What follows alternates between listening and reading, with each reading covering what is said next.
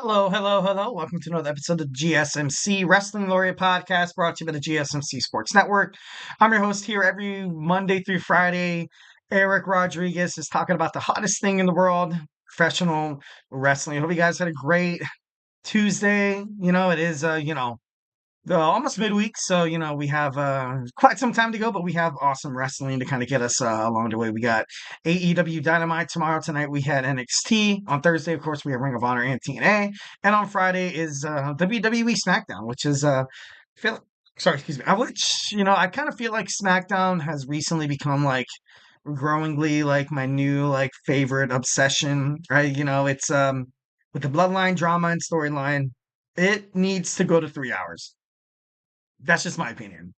I feel like WWE SmackDown, once when it goes to 3 hours, as soon as you see Netflix go to Raw go to Netflix, I think it's gonna be great for all the talent. It's gonna be great for the WWE, but most importantly, it's gonna be great for obviously the people consuming the product, which is you and me, your favorite wrestling fan.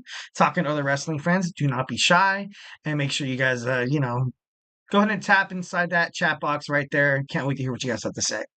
Well, guys, thank you so much for tuning in to the GSMC Wrestling Laureate podcast brought to you by the GSMC Sports Network. We have an awesome show for you today, all lined up. Today, we're going to talk about some WWE Monday Night Raw. Then, we're going to talk about WWE NXT. And then, we're going to talk about my reaction just recently. I've been so busy. It's been crazy, absolutely nuts at work. I'm going to give you guys my reaction to the Mr. McMahon docuseries on Netflix. Obviously, all 6 episodes. I thought, overall, I thought it was pretty good.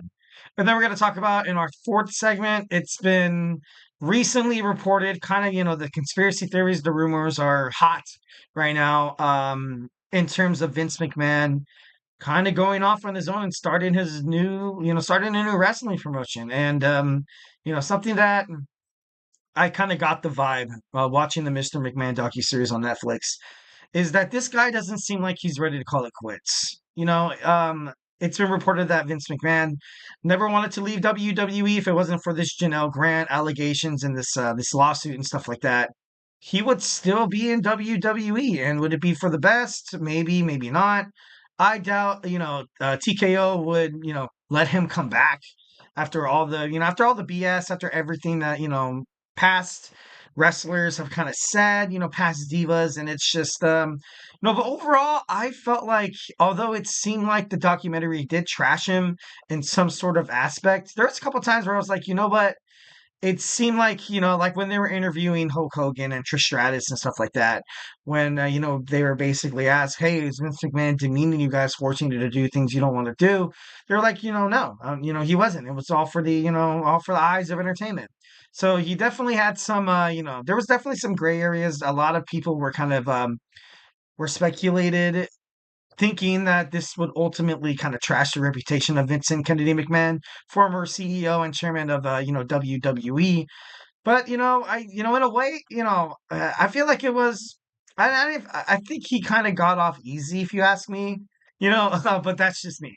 In our fifth and final segment, something we do every Tuesday, we talk about today in wrestling history. I take you guys in my DeLorean, gun it to 88 miles per hour, and drive in the past of this day of October 29th. Damn, it's already the 29th. That's crazy. Wow, time is flying by, and not in a good way. No, it's not that it's not in a good way. Obviously, a lot of people, I love the holidays. I love the feeling that you get, once when you're, hanging out with your kids, and obviously the kids love, Christmas and with Thanksgiving. It's a nice warm feeling. But the only thing that I see, baby, is dollar signs, dollar signs, dollar signs, dollar signs. Time to get back into, credit card debt. But overall, it's for the family. It might be commercialized a little bit, but at the end of the day, it's I don't know. It's always really cool. It's kind of creates that fuzzy feeling that you kind of yearn for once when you're an adult. Obviously having kids keeps you young, especially on Christmas. They can't sleep a wink. All they want to do is open up presents, and then they sneak down to kind of see the Christmas tree and stuff like that. What I kind of do with my kids is I tell them that Santa Claus doesn't come unless you guys are sleeping. Like he knows, he knows. And then while I'm in the garage, wrapping presents like an animal, I'm just kidding. No, but, it's fun. It's fun. Obviously, all for the kids, baby. All for the kids. All right, before we move on, I want to remind you guys to go ahead and hit up the tips and donations link at the GSMCpodcast.net. Also, hit up that super chat, whether if you got a burning question or hot take in terms of professional wrestling or just something you've been dying to get off your chest here at the GSMC Sports Network. We are all ears. 1,010%. The show is all about keeping you guys in the loop, making sure you guys feel like your voice is part of the mix, and don't be shy. Drop your thoughts inside that chat. Obviously, if you want to make sure that if your comment, question, or concern, if you want it to get noticed on air and talked about live in front of millions of viewers, go ahead and hit up that super chat. It's that $ below that chat box. Anything that you put in there will be guaranteed to be featured on the show, maybe talked about, perhaps maybe even debated about if it's a juicy topic. And it's pretty awesome when the audience has a lot of engagement. Plus, it's a great way to support our channel here at the GSMC Sports Network. Kind of helps us keep the lights on all these amazing podcasts with these amazing podcasters with a passion for sports who have one goal in mind: bring you guys the best, most entertaining, the hottest breaking news, basically all the content that you guys wish to consume from any of your, your chosen sports provider, whether if it's ESPN, Fox Sports, or wherever. Here at the GSMC Sports Network, we definitely pride ourselves on keeping you guys in the loop, making sure you guys feel like you are part of ultimately, the conversation. So like once when we're talking about news, whatever you guys have to say, it's going to be noticed. It's going to be noticed. So, it's always cool to, to attend and watch these shows. It's pretty cool. We are super grateful, obviously. Thank you guys in advance. We are super grateful for each and every one of you guys who joins us here daily on the GSMC Sports Network. Obviously, we owe it all to you guys. So let's go ahead and keep this party going. Let's keep this conversation, in the loop.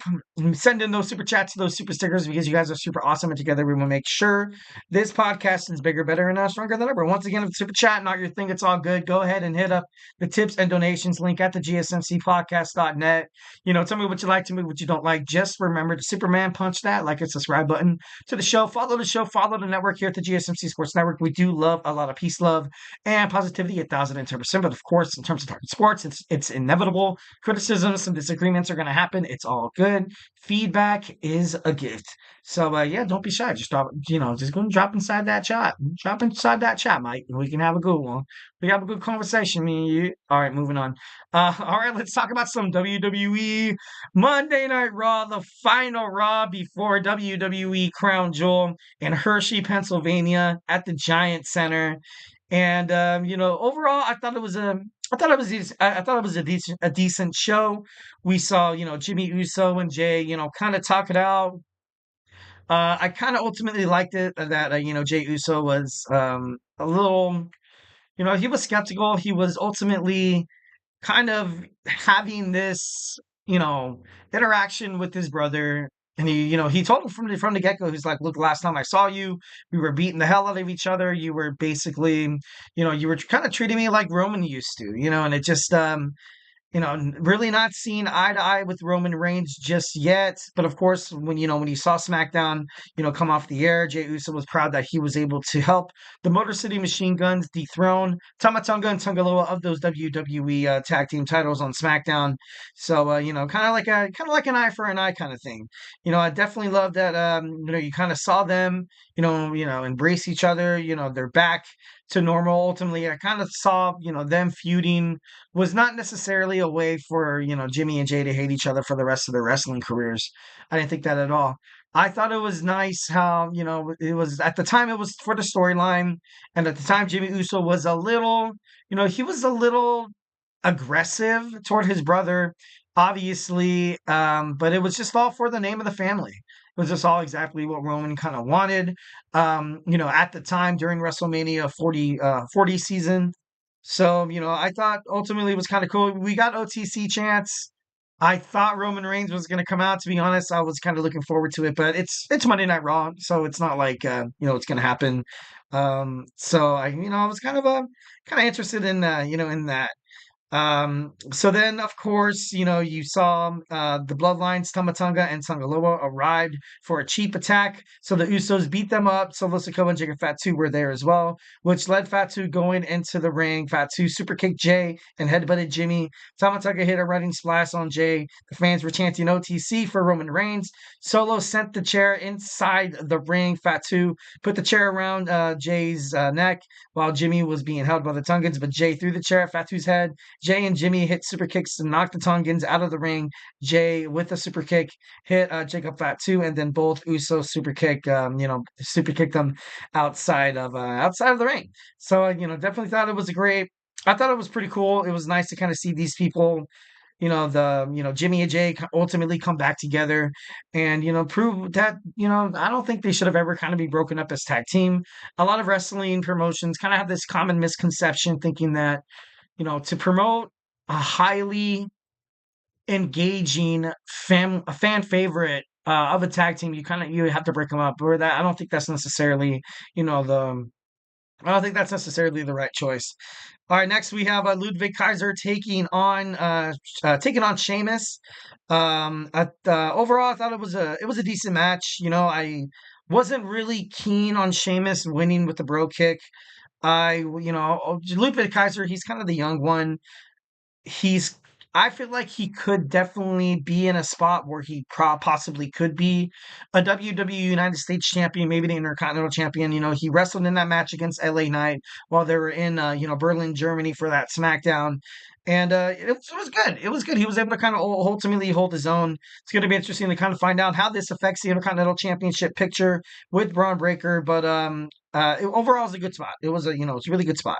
Then we saw Rhea Ripley featured in a video talking about how Raquel Rodriguez deserved the beatings that Ripley gave her. Ripley admitted she made mistakes in the past, but right now it seems like Raquel and Liv want to cry about it. Ripley said she only wants her Women's World Championship back, and you're gonna have to kill her to stop it.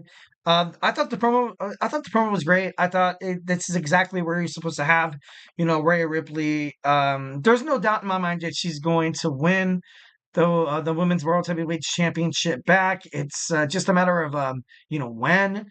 Um, she's the future of women's wrestling. I'm sorry, and and as much as people love Liv Morgan, some people love themselves some Liv Morgan.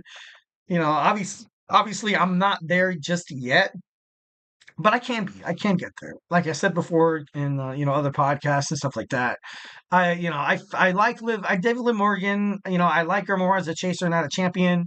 But Rhea Ripley, she's the future, and it's just almost a certainty. That's why I feel like sometimes I'm watching these promos. Sometimes I'm seeing what's happening between Raquel, Liv, Rhea, and I'm like, all right, this is she's gonna win it in the end anyway. So maybe that kind of discourages me to pay too much attention. I'm just kidding. No, ultimately I feel like their promos are, it's pretty good. Although sometimes with Liv Morgan and her laugh, I gotta be honest, it kind of drives me nuts. I'm like, oh my god, like, you know what I mean? I'm just like, I don't know, I don't know. It's just the little wrestling things. All right, next we saw the Usos were shown walking the backstage, and then they saw Sami Zayn. Jey hugged Sami while Jimmy stared at Sami, and which led to Sami saying that he wanted to talk to Jimmy alone. Jey told Jimmy to give them, a minute. Sami wondered if everything was fine now. Jey said he thinks Solo is worse. Zayn said that Reigns is the one that got in Jay's head for years.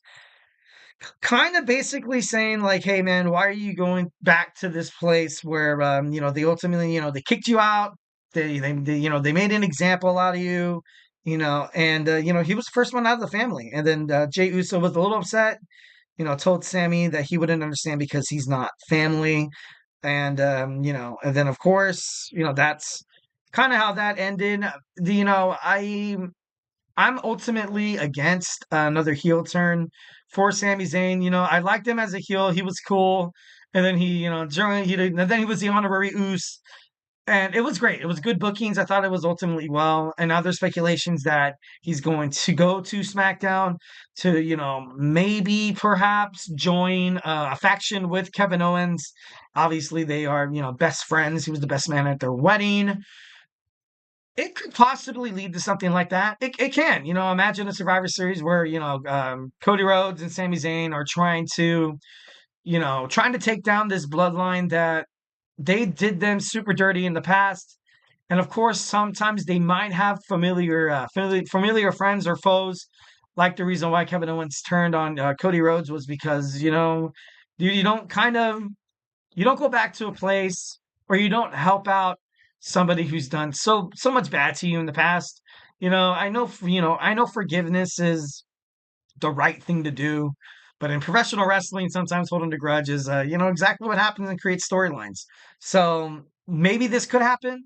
Maybe we can see a faction between Kevin Owens and Sami Zayn form. Maybe a couple other superstars, perhaps too. It's possible.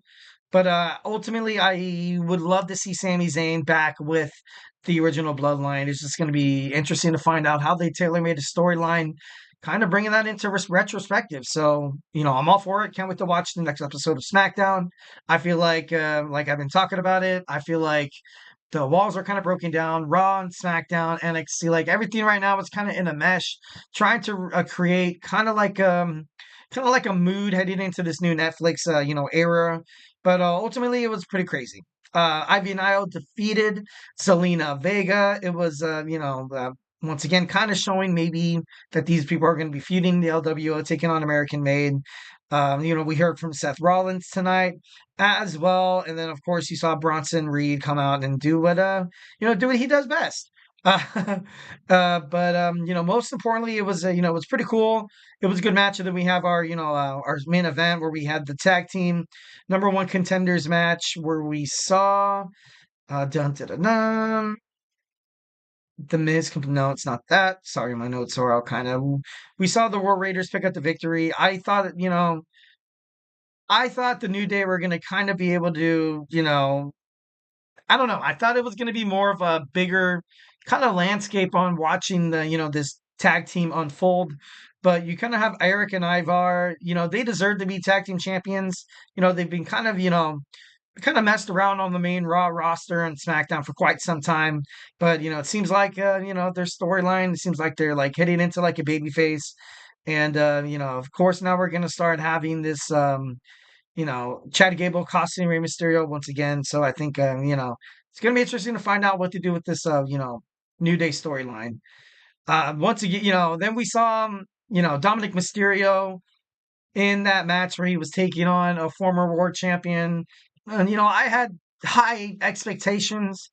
I had some pretty crazy picks. I was like, okay, maybe The Rock, maybe John Cena, maybe Brock Lesnar. But I was like, the pick that makes the most sense is Damien Priest. And it was Damien Priest. So in a way, I was surprised, not really surprised, but, surprisingly, Dominik Mysterio got he picked up the dub.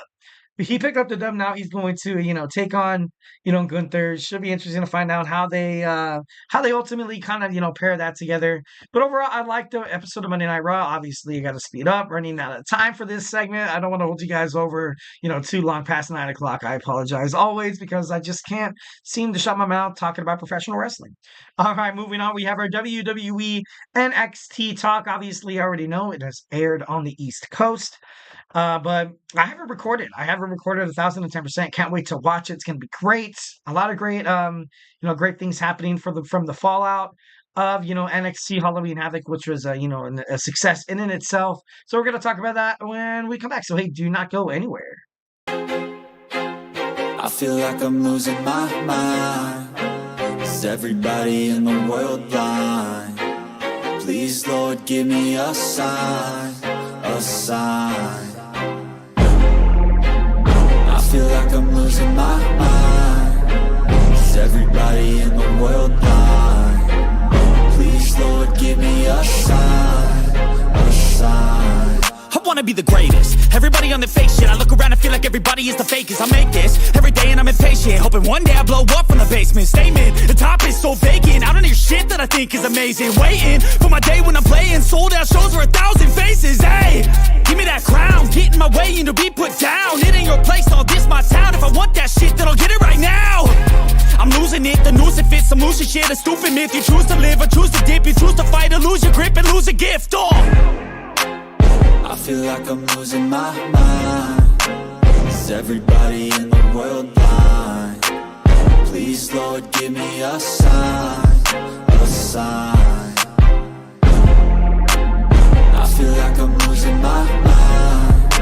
Is everybody in the world blind? All right, we are back with the GSMC Wrestling Laureate podcast brought to you by the GSMC Sports Network. I'm your host, Raquel Rodriguez here, every Monday through Friday, 8 p.m. Pacific time, 11 p.m. Eastern time.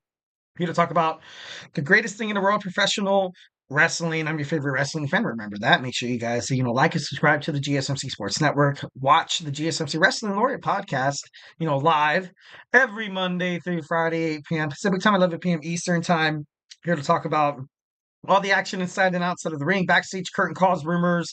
We talk about superstar, inactive statuses, injury updates. We talk about contract negotiations, extensions, and signings. We talk about promotions from the AEW to WWE to TNA to Ring of Honor to the GCW to the NWA. If it makes major news, headlines in the world of professional wrestling, we talk about it here on this show 1,010%.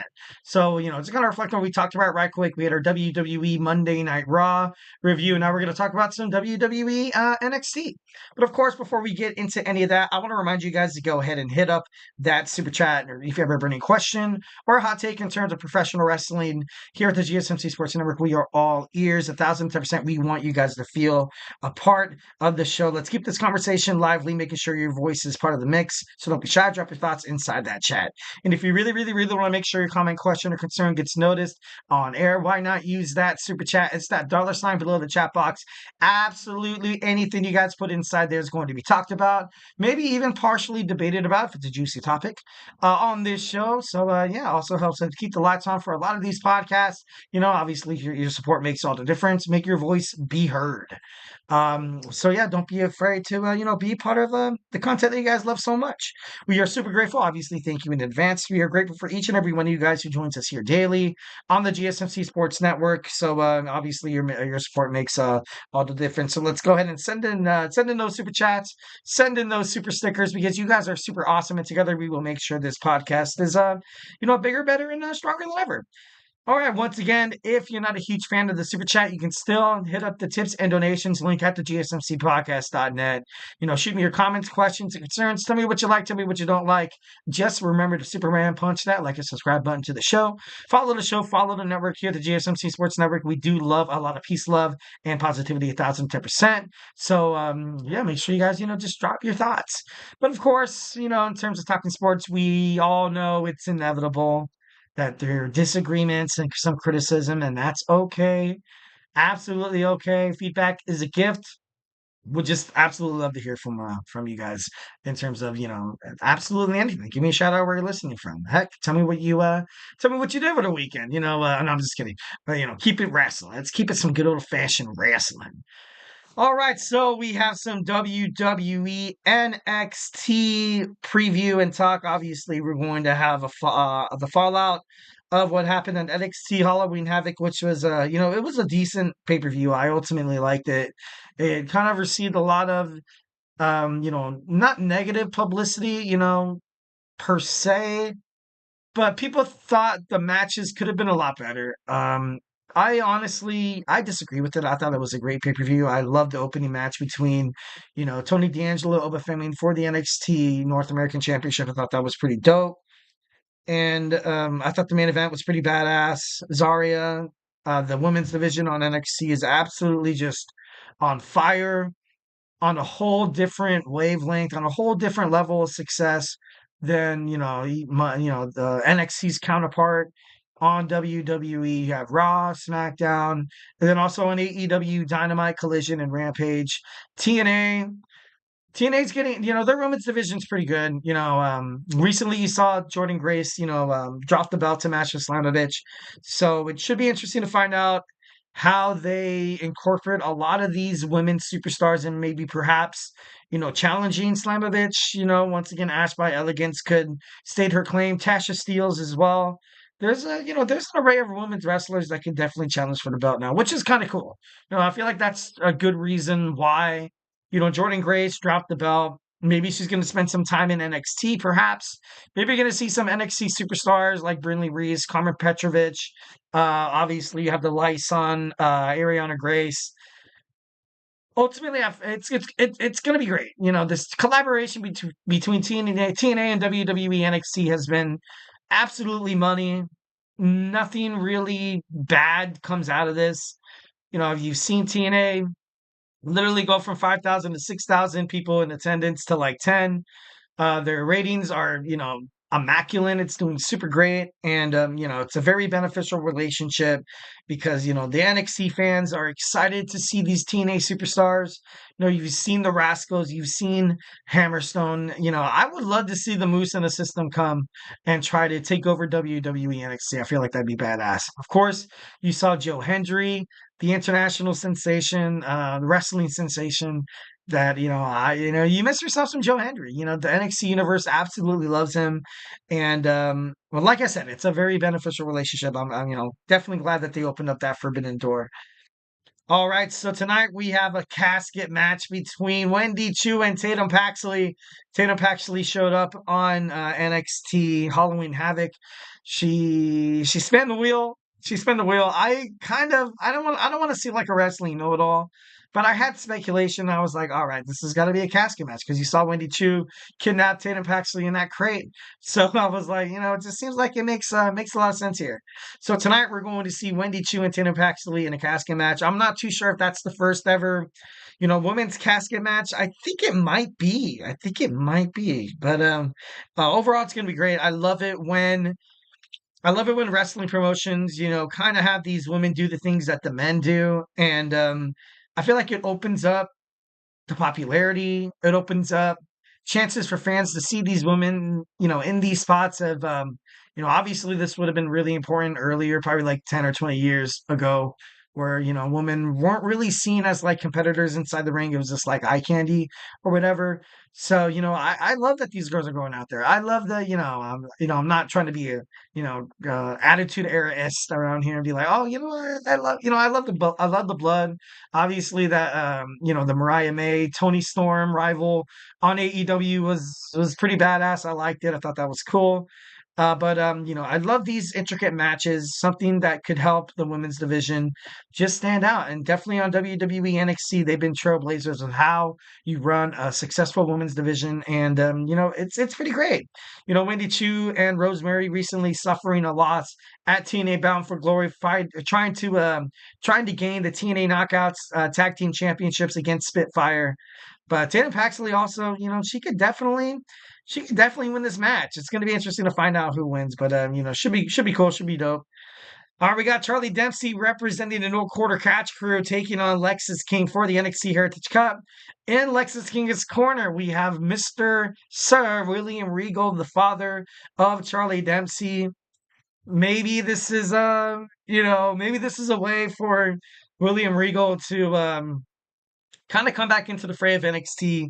I feel like recently, in terms of higher ups, it's just been, it's been Ava, it's been Shawn, it's been Triple H, and now you have William Regal coming back. Maybe he finds a way to, help Lexis King gain the Heritage Cup. Which, it could happen. It could happen. Lexis King has kind of had this new character portrayal, kind of had this new transition into trying to be like a baby face. But, it should be on, it should be crazy to find out what happens tonight. I feel like Charlie Dempsey is going to retain the NXT Heritage Cup Championship. And maybe you see Lexis King out of pure frustration, attack William Regal and just being that heel that people love to hate so damn much. But I don't know. It should be crazy. It should be, this storyline could be badass. Next, we got Nathan Frazier and Axiom taking on Javon Evans and Cedric Alexander for the NXT Tag Team Championships. Every which way down the line, I felt like, Axiom and Nathan Frazier were going to lose. I don't want to bet against them ever, but Javon Evans is a young up and coming superstar. Cedric Alexander is an established veteran. If they decide to put the belt on Javon Evans and Alexander, I definitely can understand. But Axiom and Nathan Frazier right now, they are absolutely they're bombshells. They are, they're super hot. They're the most talked tag team in the world of WWE as of right now. I'm not really sure who walks out the NXT champions, and I feel like maybe that's the reason why this tag team division is, once again, kind of succumbing and kind of, toppling over Monday Night Raw and WWE SmackDown in terms of the women's division, also the tag team division. So, I don't really see how any of these guys could lose this match. Maybe you see, Wesley kind of make his way to, screw over Javon Evans. Maybe that could, maybe that could be a spot. Maybe that could be a spot. All right, tonight, it's been, speculated that Bill Bully Ray, obviously, WWE Hall of Famer, is going to be on NXT to address Rich Holland. Maybe that heading up to match at the 2300 Arena in Philadelphia, Pennsylvania, representing ECW. They're just talking about this, and we did a little segment about it a couple of, about like 3 or 4 days ago, how there's probably going to be a lot of ECW, legends, maybe, making matches for tonight, getting their name, trying to go back into the ring. Recently, you saw Rob Van Dam sign a, legends contract. Maybe that could be, worth something. Maybe, you see somebody like, no, I doubt Tommy Dreamer. I doubt it. I doubt he would come back. Probably no Sabu. Probably no Just Incredible. No Sandman. You know, I would like to see some more nostalgia, in terms of, watching this event happening at the 2300 Arena in Philadelphia, Pennsylvania. But, if it doesn't happen, I'll take Bully Ray taking on Rich Holland. I'll take Rob Van Dam, making an appearance, saying hi and stuff like that.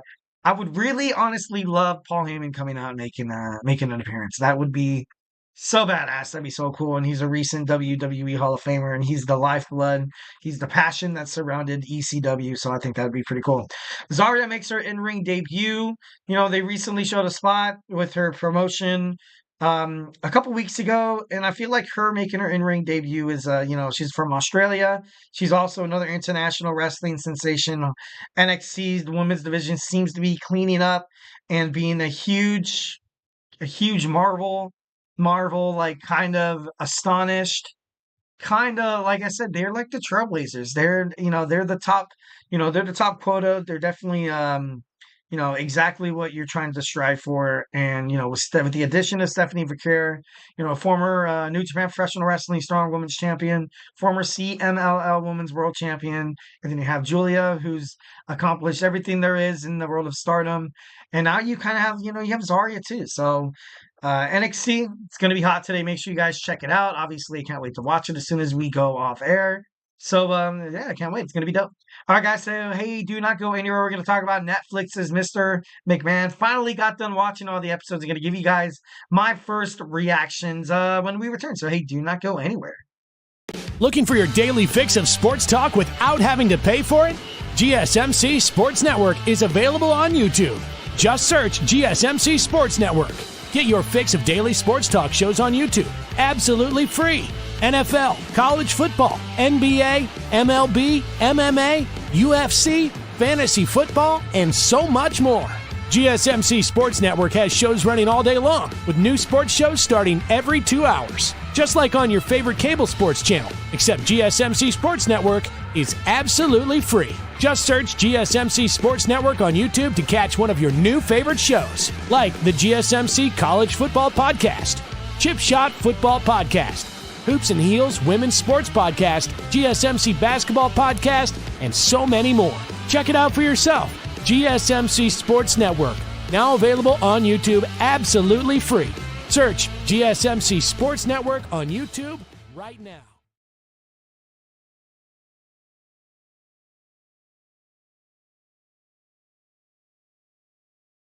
All right, we are back with the GSMC Wrestling Laureate podcast brought to you by the GSMC Sports Network. I'm your host, Eric Rodriguez, here every Monday through Friday, 8 p.m. Pacific time, 11 p.m. Eastern time, here to talk about the greatest thing in the world, professional wrestling. We talk about all the action inside and outside of the ring, backstage curtain calls. We talk about, drama, rumors behind the scenes. We talk about superstar inactive statuses, injury updates.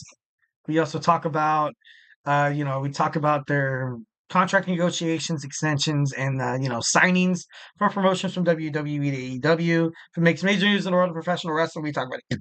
Sorry, excuse me. I just got done eating. I apologize. Uh, we talk about it here on this show, 1010%. So without further ado, let's go ahead and talk about this Netflix docuseries that was, Mr. McMahon. The first episode, obviously, just, talking about how WWF slash WWE became such a huge conglomerate in the world of professional wrestling, in the world of entertainment. Getting guest stars, like Cindy Lauper, and also, Muhammad Ali, then, getting guys like Mike Tyson and Mr. T, and they showed up on SNL. Sometimes you feel like you do have to throw flowers to like Vince McMahon as an overall kind of like a promoter. His father never really wanted him to take over the business. He was actually, against it. And then once when he saw the territory starting to falter to Mr. McMahon and coming to the WWF, a lot of fans kind of disagreed with it, especially with a lot of promotions that were just like, all right, like they basically stole a lot of superstars and most of them debuted around the time of WrestleMania 1.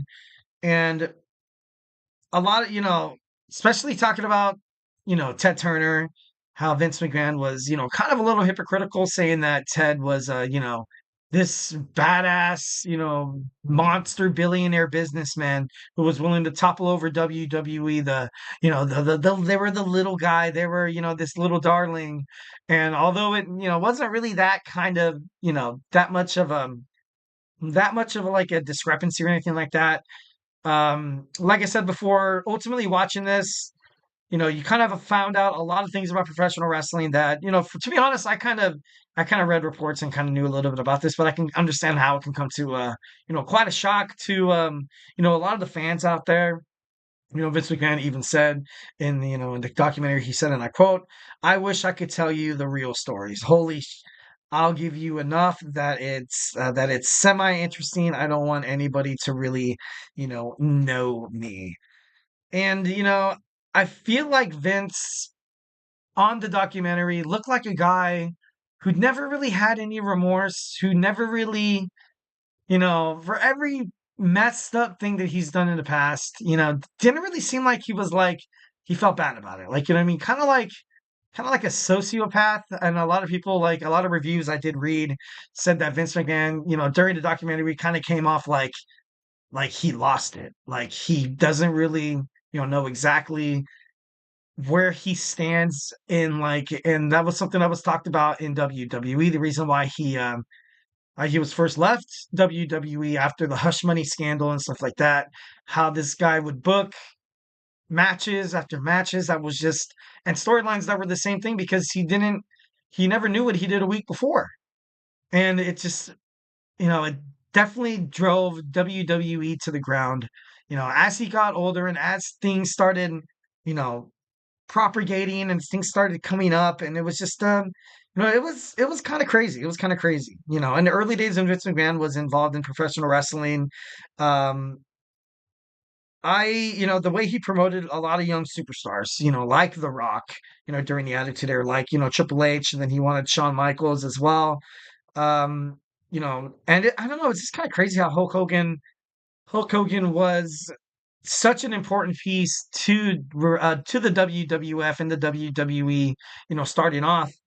And then after everything that happened, and him saying after all the the steroid scandals and stuff like that, kind of being hated by the fans, Hulk Hogan was kind of like, all right, gonna take time away from WWE. He told Mr. McMahon that he's done wrestling. I don't want to do anything like that.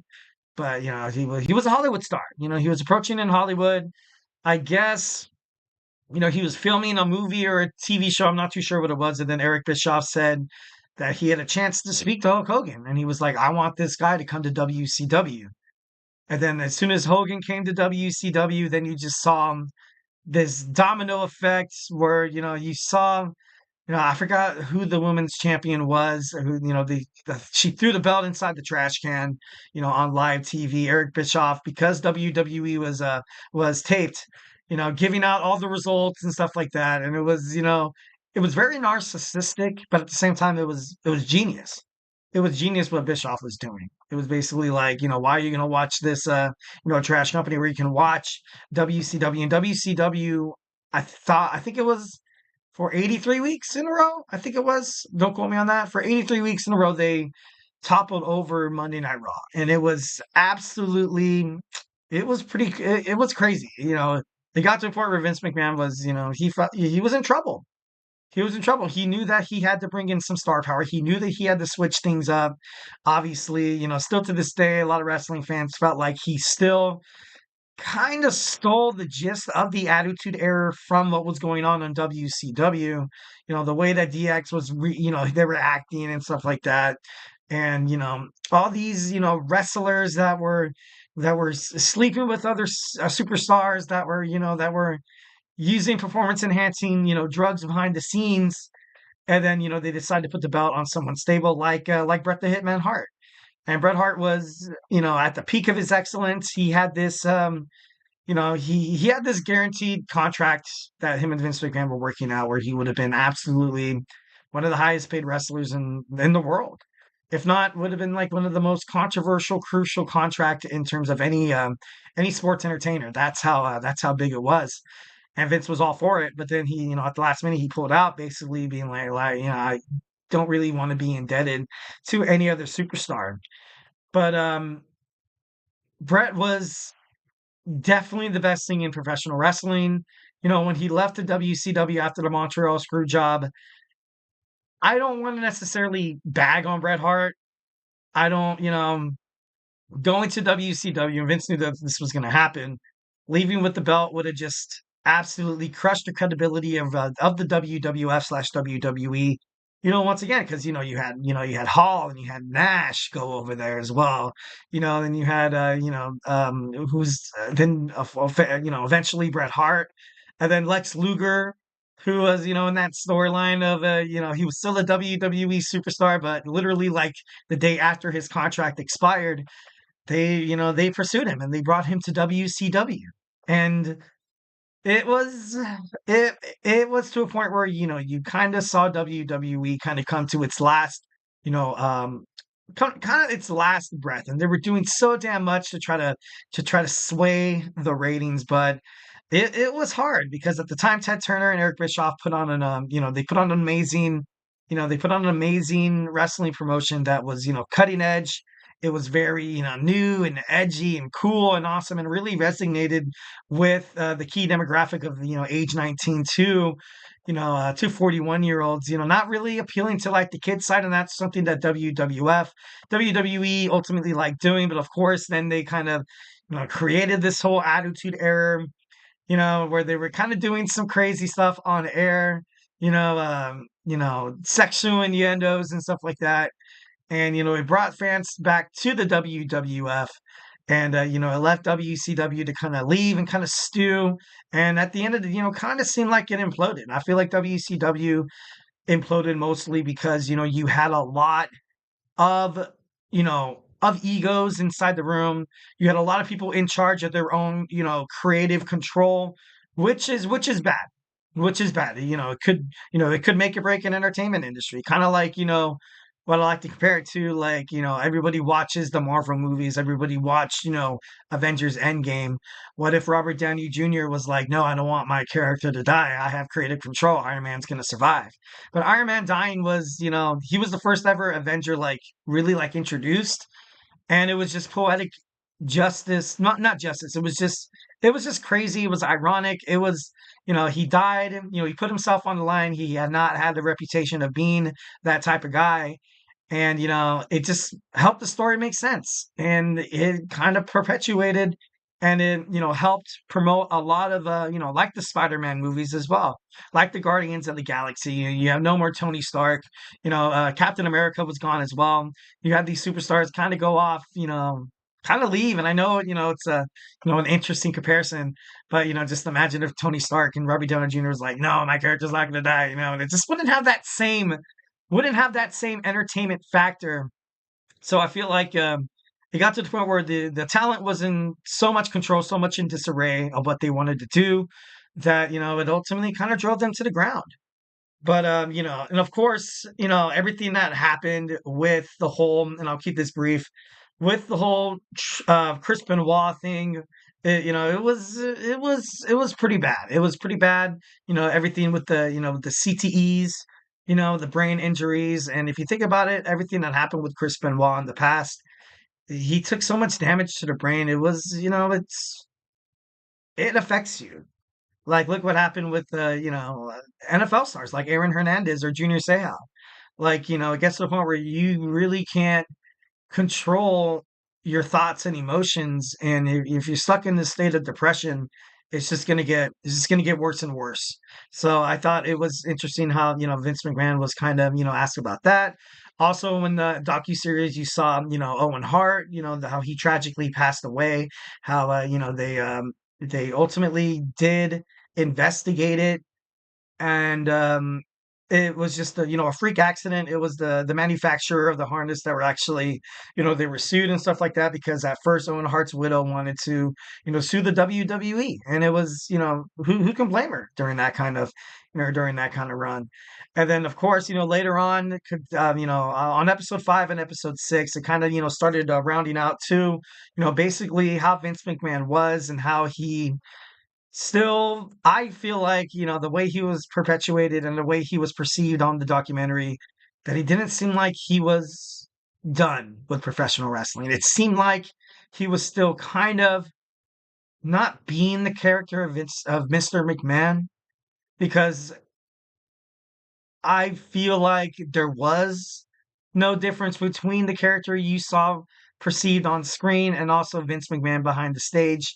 And that's nuts. It's crazy. And now of course we're gonna get into our next segment where Vince McMahon is reportedly rumored conspiracy theories. Obviously, we love talking about them.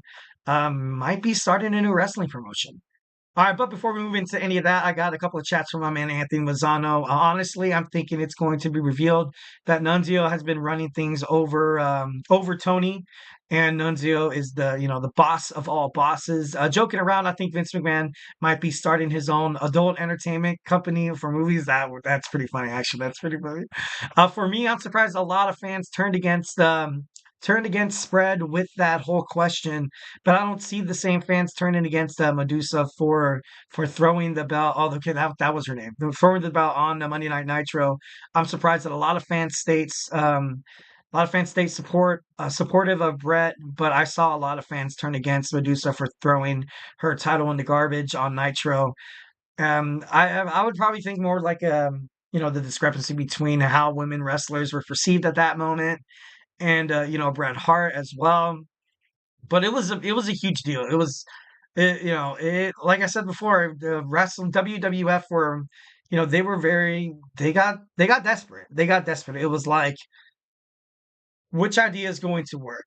Because if we mess up and if we miss anything that could help our competitors, Eric Bischoff and Ted Turner, if it helps their promotion look better, then we're effed. Then we're screwed.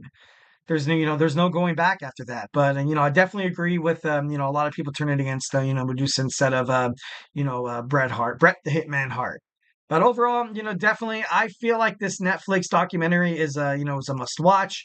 I would definitely check it out if I was a wrestling fan. For me, watching it kind of helped my history of trying to line up the stars, because I had no idea how important wrestling was in the 80s, how it definitely helped shape WWF and WWE for futures to come.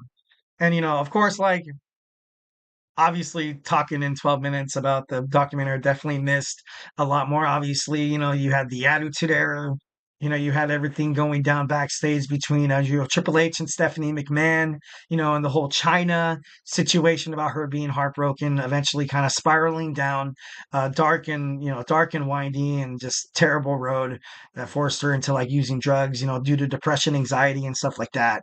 Obviously, a lot to talk about. It'd be kind of interesting to kind of share a little bit more about this documentary on a different day. All right, but like I said before on the documentary, one thing I noticed that Vince McMahon seemed like he was still playing character.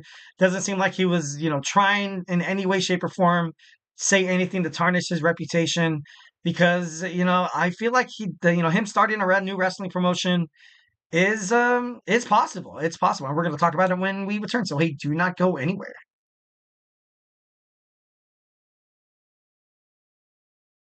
For the best and latest podcasts available anywhere, go to the podcast app on your cell phone and type in GSMC to access free content-rich podcasts on health and wellness, book reviews, sports, entertainment, relationships, social media, movies, technology, finance, and even weird news. Subscribe and download the GSMC Podcast Network's family of shows, available everywhere podcasts are found.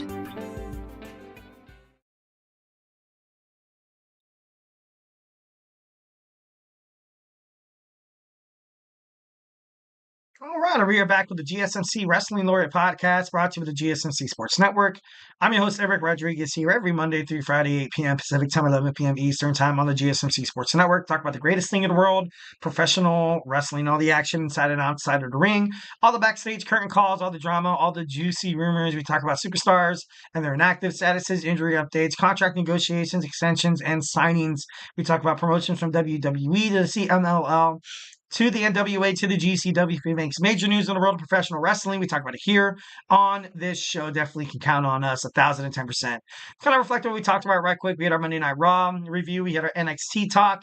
We also talked about the Mr. McMahon docuseries on Netflix, and now we're going to talk about Vince McMahon potentially starting a new wrestling promotion. But first, I got a chat from my man, Anthony Mazzano. Did you see the interview that Austin and Goldberg did recently where Goldberg revealed that there was points before he signed with WCW that WWF actually offered him a contract? I thought I saw something on there, and I remember thinking to myself, I was like, that's kind of crazy because I feel like Goldberg in recent days, he's not a good wrestler. He's not a good wrestler. Goldberg's 1,010%. He's super cool. I could confidently say on air that I'm a wrestling fan, and I thought Goldberg was cool. Can I confidently say Goldberg was, a clean, a tactician inside the ring, that he was, that he was good? He was a good wrestler? No, I can't. I'm sorry, I can't. I definitely think if maybe put in the right hands, like maybe if he would have, trained under the, WWF, personnel, maybe his career would have ended up a little differently. And I feel like it is a little ironic because Goldberg, gave that boot to Bret Hart, claimed that he told Bret to watch out for the boot. Bret hit it at full force, causing him to be concussed. After that, never really can get inside the ring again. Always felt, loopy, and, he was concussed with brain damage, bad brain damage. And if obviously if you push the belt too much, possibly it could wind up you losing your career, losing your personal life. Like I remember watching Muhammad Ali. I remember watching Muhammad Ali in a couple of interviews, obviously after he retired and everything like that, and he just looked like like brain damage. Like it just looked like he was. I don't know. It just looked like he was kind of gone. Like you know what I mean? Obviously, he's still there. He's not obviously in a vegetative state or anything like that. But it's it's kind of crazy. In that interview, he actually admitted himself that he got pushed way too soon. He did. He really, really did. But, WCW, Eric Bischoff, you had these guys wrestling smash matches. The fans were into him 1,010%. But it was because people in WCW wanted to compete with Stone Cold Steve Austin. Yeah, I saw that too. That's crazy. And, he admitted he wasn't ready for television. And, once again, not Goldberg's fault. Just because, he looks like Stone Cold Steve Austin. He might talk like him. He talks trash. Obviously no one could ever be Stone Cold Steve Austin. So it's kind of silly that WCW would be like, oh, let's try out this, bootleg. But of course, there were speculations that WWF did it with D Generation X, kind of copying the NWO. And, I could see some sort of comparisons as well. But I feel like DX was a little bit more, a little bit more wonky, a little bit more in-your-face adult humor, while the NWO just ran rapid all over Nitro and Thursday Night Thunder and just did whatever the hell they wanted. And no, I don't think Thunder was I think it was, no, I don't know.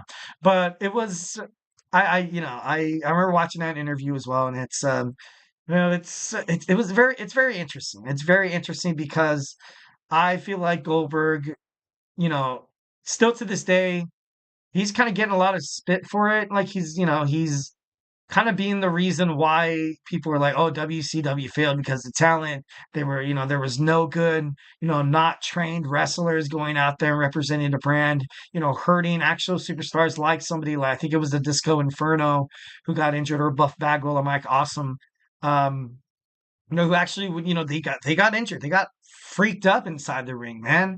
It was so real. It was so surreal that at the time, if you were, in Eric Bischoff's shoes, the best thing probably to do it was just deny, deny, deny, and be like, all right, Bill Goldberg, just keep going out there in wrestling matches. We can't really show our hands here. We can't really be like, all right, we can't be like, oh, Goldberg's going to disappear off TV for a little while because he doesn't know what the hell he's doing inside the squared circle. That's something that you literally can't open to like admitting. And the fans were into Goldberg. That's plain and simple right there. This guy, he was big, he was bad, trash talking. He was like this monster behemoth, physical wrestler that, if I'm not going to, you saw the jackhammer, you saw the military presses. It's Goldberg was definitely one of my favorite wrestlers in WCW. Like I said, not because of the whole fact that he was, a better inside the ring wrestler. Now, him coming to WWE, kind of being in a lot of squash matches where he defeated Kevin Owens for the WWE Universal Championship, where he defeated The Fiend as well, when The Fiend was, absolutely portrayed as this unstoppable force. He was getting pushed. And, beating Nick Nemeth also, Dolph Ziggler, I didn't like that as well. Goldberg should have been like a legend in wrestling. Like when you saw Kurt Angle come back, or when you saw John Cena, take a couple of falls. Like, you just got, not a jobber, but you just, you got to start promoting the younger talent inside WWE. And that's something that I feel like ultimately kind of crippled Kevin Owens' his push in his career, where you saw him drop the title to Goldberg. But obviously, there's a lot of, obviously, my opinion, 1,010%. Thank you guys for chatting as always. So, talking about the main subject matter here in this segment, Vince McMahon starting a new wrestling promotion. It's possible. The guy he has shown that he does not want to get out of the wrestling business. He, till the day he dies, will be on the screen, will be, behind the camera, kind of running and delegating things and stuff like that. I personally think he probably could find a wrestling promotion that could ultimately, because there's a lot of wrestlers out there. There's a lot of wrestlers trying to get into this cutthroat industry. Vince McMahon, without no ties to WWE, without no ties, I personally think it would be impossible, but that's just my opinion. I think that's just, he will never come back to WWE. And if you're TKO Holdings or, UFC or whatever, you can't chance it. You can't chance this guy who has a bad reputation. Obviously, the hush money scandals. Obviously, everything with the sexual assault and sex trafficking allegations of Janelle Grant.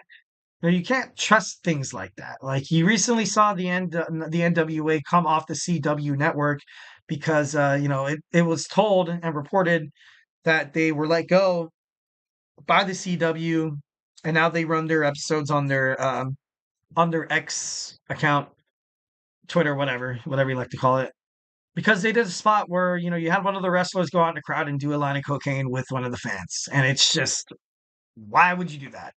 Why would you do that? Why would you do that, dude? So I doubt Vince McMahon ever comes back to WWE. Maybe he finds a spot, working perhaps, with TNA.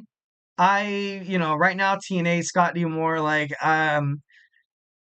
if they ever found out that Vince McMahon was going to be running the seeds behind TNA, that would be incredibly dumb. I feel like that'd be terrible. TNA right now, you don't need a Vince McMahon kind of aspect of it. Like, look exactly what happened with Vince McMahon once when he was in control of these NXT superstars that were being brought up. Because NXT was a developmental territory, it was ran by Triple H, and you had, wrestlers like Aleister Black, Keith Lee, you've seen, Lars Sullivan, you've seen a lot of these talented superstars that, as soon as they made it up to the main roster, it was just like a joke. It was a joke. He never really necessarily cared to push any of these young superstars because he already kind of in the back of his mind knew that, okay, I want this guy to come out, I want this guy to look good, you know. And it just wasn't the right decision. And if you start a new wrestling promotion, you definitely starting fresh, you have the money to do it. In terms of the television screening time, right now with this new age of digital social media and digital media, where you can run episodes on like your YouTube page, or you can run episodes like NXT, or no, not NXT, excuse me, like WWE Speed on their X account every Wednesday. You could have something maybe perhaps like that, but I'm not too sure if it'd get a lot of attention. And I'm not too sure, mostly based on the fact that, a lot of people, if you're not really keen on the sense of who Vince McMahon is, if you weren't really a fan of WWE growing up, if you're this new day and age fan and stuff like that, you're gonna look at Vince McMahon's new wrestling promotion and be like, all right, like, why should I watch this? That's something that a lot of, creative officers, or, writers in terms of screenwriters in the wrestling war room, being like, what can I do to give this promotion to kind of stand out? And the thing that would make it stand out the most is Vince. Vince would have to be on camera. He'd have to be, on the screen. He'd have to and I feel like he can't do any of that without referencing all the credibility that he lost and his reputation in WWE. So for him starting in a wrestling promotion, and I know it's been the buzz of wrestling news media in the past, the past couple of months, because I think I've been reading a lot of conspiracy theories. I've been reading a lot of articles stating that Vince McMahon is, he's going to open up his new wrestling promotion. Even maybe going into business with like somebody like Jeff Jarrett, or one of these independent bookers or something like that. It's possible, yeah. Obviously, if you have all this money, if you could throw it, even getting ratings from like the low thousands and stuff like that. Obviously, you're kind of seeing TNA, kind of stay afloat, and maybe somewhere down the line, they find a way to kind of mesh with WWE, but not necessarily being a part of WWE. I feel like Vince should retire, but that's just my opinion. You have all this money, spend it with your grandkids, dude. Have fun. Sit on your arse. Just watch TV, watch football. Buy a boat, dude. If you want, to switch up something in your life, or you want your life to be more exciting, maybe become a telemarketer. I'm just kidding. No, no, but I don't know. I don't know. I just don't see this happening. I don't see this happening. I would probably kind of stick a fork in it. It's done. Because, like I said, if Vince McMahon starts his new wrestling promotion, then the wrestling promotion is going to be featured mostly around Vince. And, the egomaniac that Vince McMahon is, that's why I'm thinking maybe it might be a possibility because of the way he is. But I don't know. I think it's no good. Obviously, you guys, let me know inside the chat how you guys would feel if you guys would watch a new wrestling promotion from Mr. McMahon. But as of right now, I just don't see it happening. That would be kind of crazy. All right, guys. So hey, do not go anywhere. We're going to jump on into our fifth and final segment. Something we do every Tuesday. I take you guys into my DeLorean, gun it to 88 miles. And then we go back in time on this date of October 29th, back in time. So, fasten your seatbelt, grab your favorite snack, grab your favorite ice cold beverage, and get ready for a bumpy ride.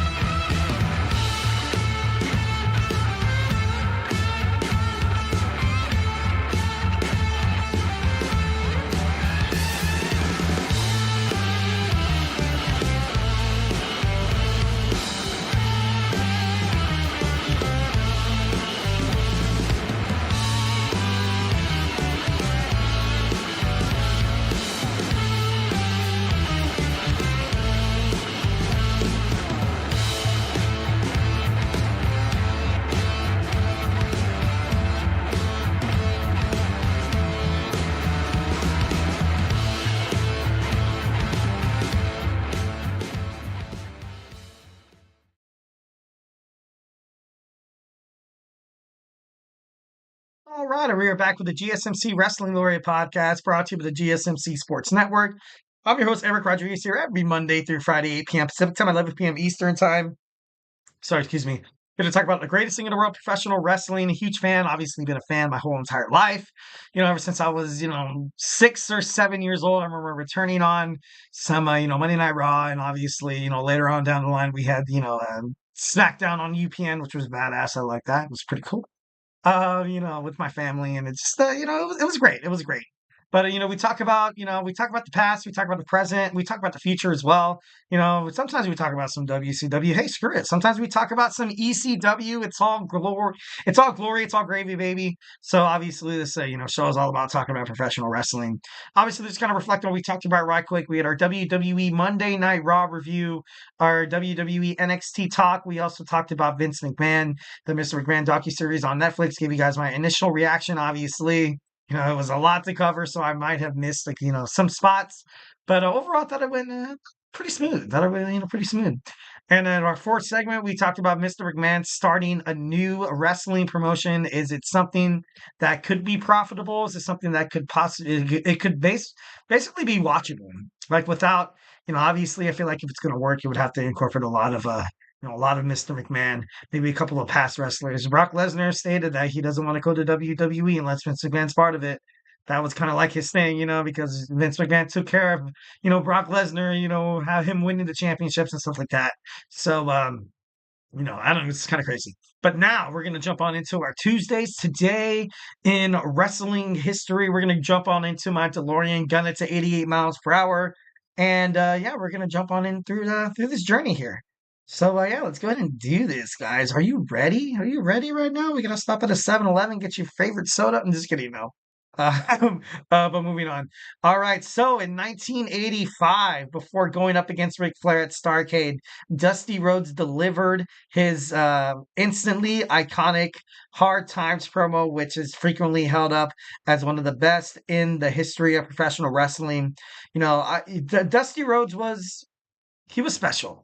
There's a reason why, he was very prominent with the NWA and, wrestling in WWE/WWF for a little bit, never really came in fruition. Then his son came out, Cody Rhodes, and he was kind of seen as a glorified jobber. Didn't really make it. It took, Cody to come out of WWE, wrestle with the independent circuit, kind of become, a main star, kind of being like, look, like, this is what you guys were missing.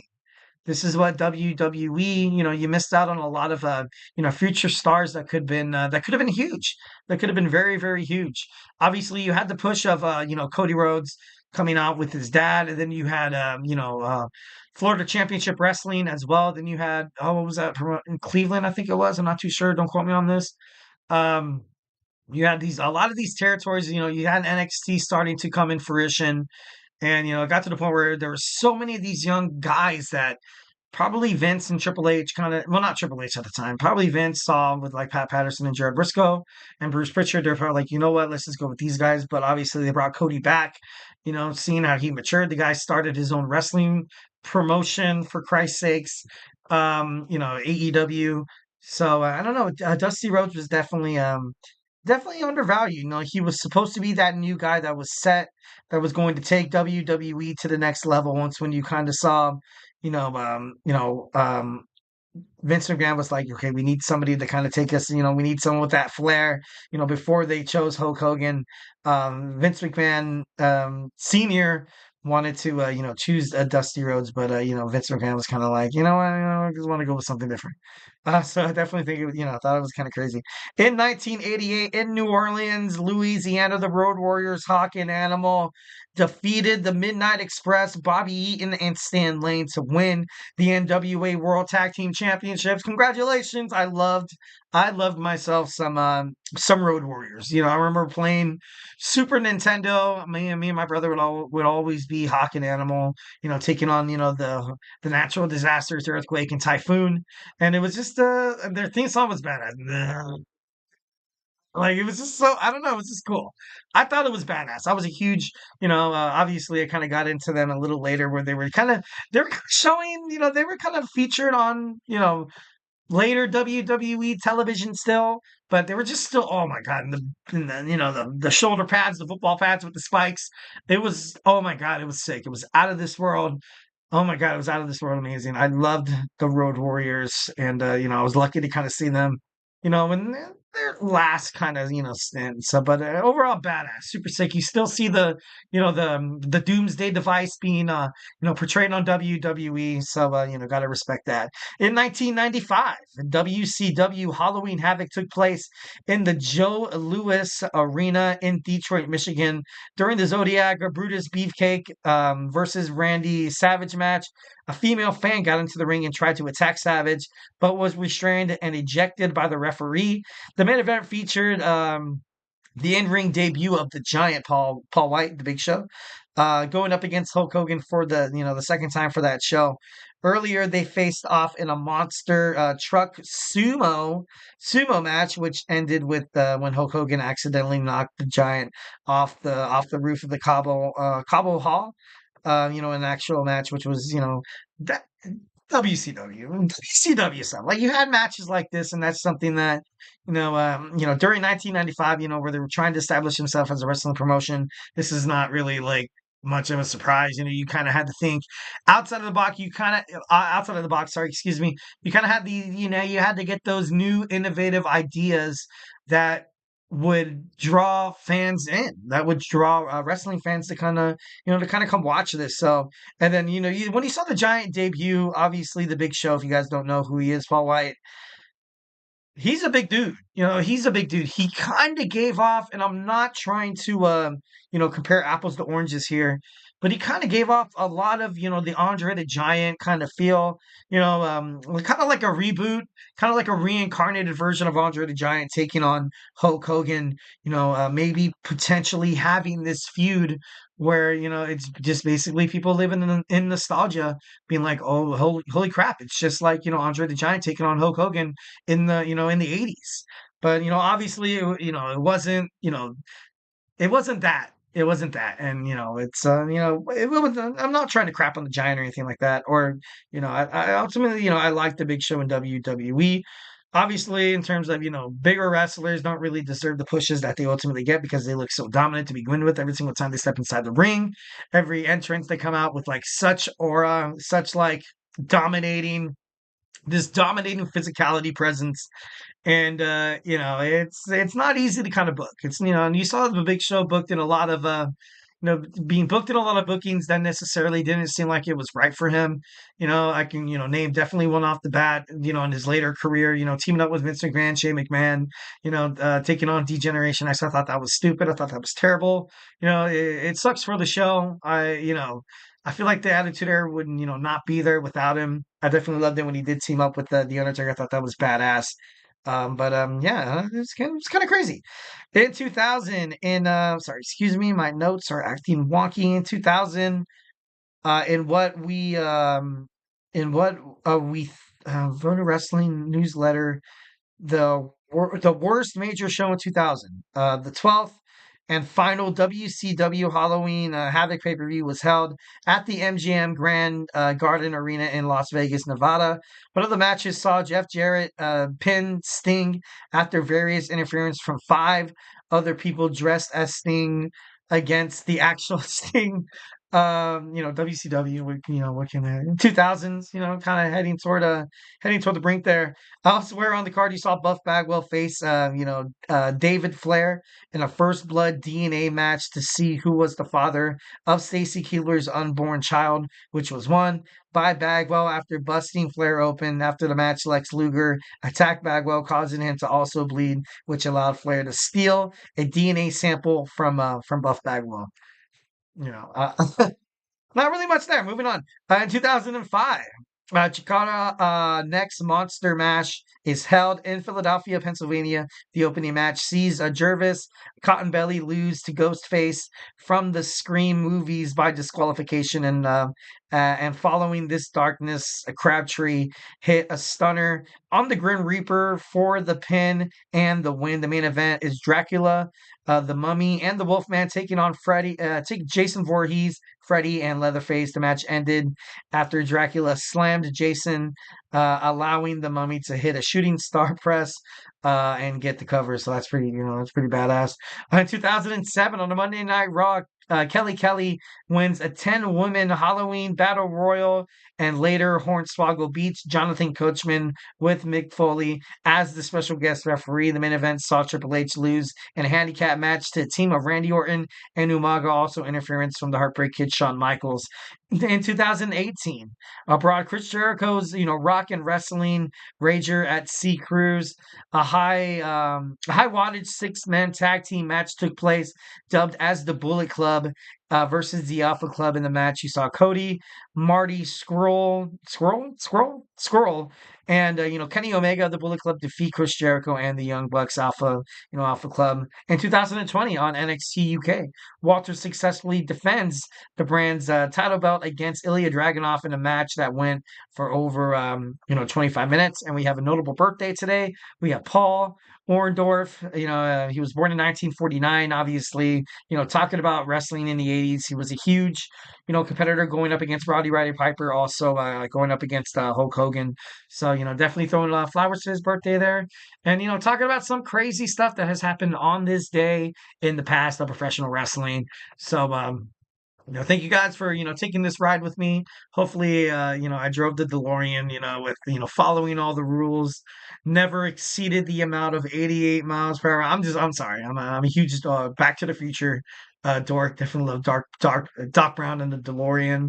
It was just badass, just so cool. Oh my god, it was definitely one of the best movies ever made. I don't know if that's harshly or if that's a hot take mentioning on this podcast, but I feel like Back to the Future is definitely in the top 10 of the greatest movies ever made. All right, guys. So, hey, that's it for me. Hope you guys enjoyed the show. Hope you guys had fun. That's obviously, hope you guys felt like you guys were a part of the show. This is our show, not necessarily my show in the GSMC Sports Network. But thank you guys for tuning in always to the GSMC Wrestling Laureate podcast. Love you guys 1,010%. Remember to follow us on Twitter /X, Instagram, TikTok, and Facebook for more content and updates. Also, remember that the GSMC Sports Network, we do love a lot of peace, love, and positivity. So don't forget to donate. Also, it helps keep the lights on for a lot of these awesome podcasts to keep doing what they're doing. And remember, if you're not a wrestling fan by now, we have basketball right around the corner. We got Nelson with the GSMC Basketball Podcast. We got, NFL cooking up. We have, the Chip Shot Football Podcast with my boy Manny, and the GSMC Football Podcast with Kenneth. If you want to find out all the latest news in the NFL,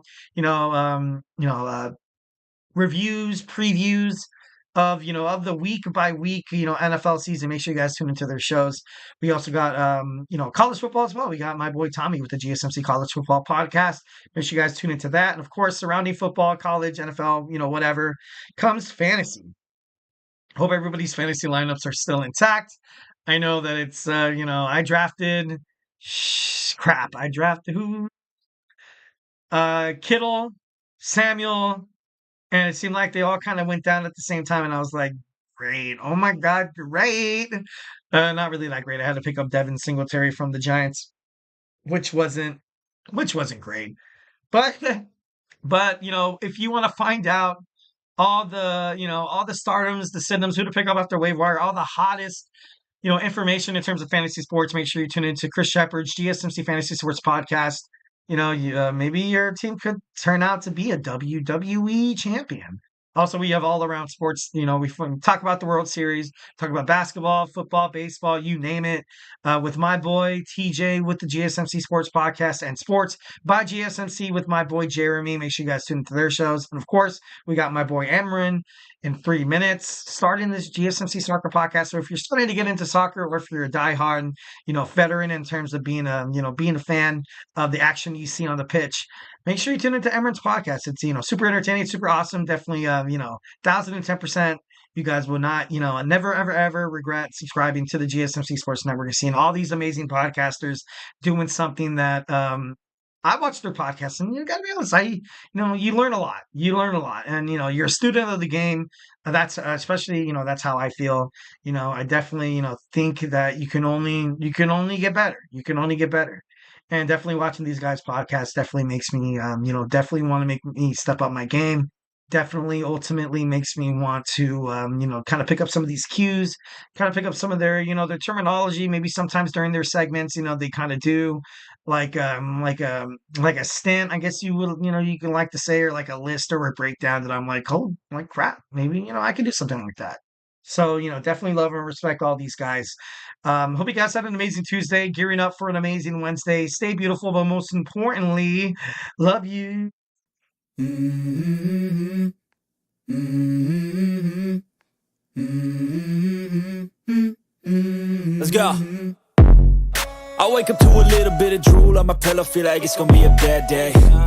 Yeah, I'm tired of shit, and the coffee ain't hit yet, damn ain't that